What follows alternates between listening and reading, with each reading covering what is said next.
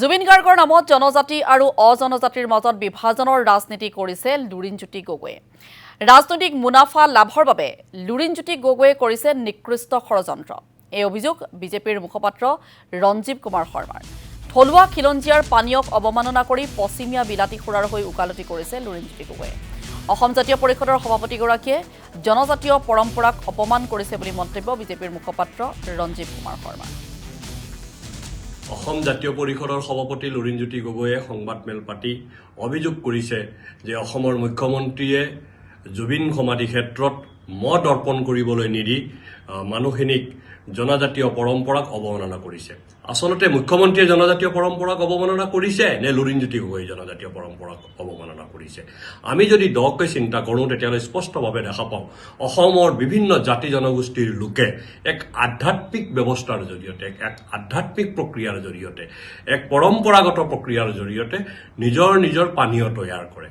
অসমৰ কাৰ্বিসকলে, অসমৰ ডিমাচাসকলে, অসমৰ মিচিংসকলে, অসমৰ ৰাভাসকলে, বড়োসকলে, আহোমসকলে, চাহ বাগানৰ লোকসকলে প্ৰত্যেকটো জাতি জনগোষ্ঠীৰ নিজৰ পানীয় আছে আৰু সেই পানীয় তৈয়াৰ কৰাৰ ব্যৱস্থা নিজস্ব এক থলুৱা পৰম্পৰা।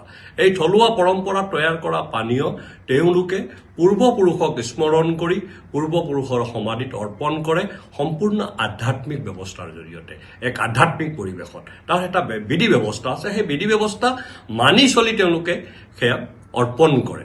কিন্তু সমাধি ক্ষেত্ৰত কি হৈছে সোণাপুৰৰ সমাধি ক্ষেত্ৰত নিশাৰ ভাগত কিছুমান উদণ্ড যুৱকে, আমি বিভিন্ন ধৰণৰ ভিডিঅ' ফুটেজ দেখা পাইছোঁ, যোৰাপাটত বিলাতী সুৰা কিনে আৰু সেই বিলাতী সুৰাৰ বটল খুলি তেওঁলোকে তাত মদটো ঢালি দিয়ে। কোনো জনজাতীয় লোকে বিলাতী সুৰা কেতিয়াও নিজৰ পূৰ্বপুৰুষৰ স্মৰণত ক'তো অৰ্পণ নকৰে। যিসকল লোকে বিলাতী সুৰা অৰ্পণ কৰাটো পৰম্পৰা বুলি কৈ আছে তেওঁলোকে অৰাজকতা বিয়পাব বিচাৰিছে, তেওঁলোকে অৰাজকতাৰ পক্ষ লৈছে। ই চৰম গৰিহণাৰ যোগ্য। অৱশ্যে লুৰিণজ্যোতি গগৈয়ে এনে অৰাজকতা কৰাৰ কাৰণ নথকাও নহয়। আজিৰ তাৰিখত এসময়ত অসমৰ এটা জাতীয় সংগঠনৰ নেতৃত্ব দিয়া লুৰিণজ্যোতি গগৈৰ আটাইতকৈ ঘনিষ্ঠ মানুহজনেই হ'ল কংগ্ৰেছৰ সভাপতি গৌৰৱ গগৈ।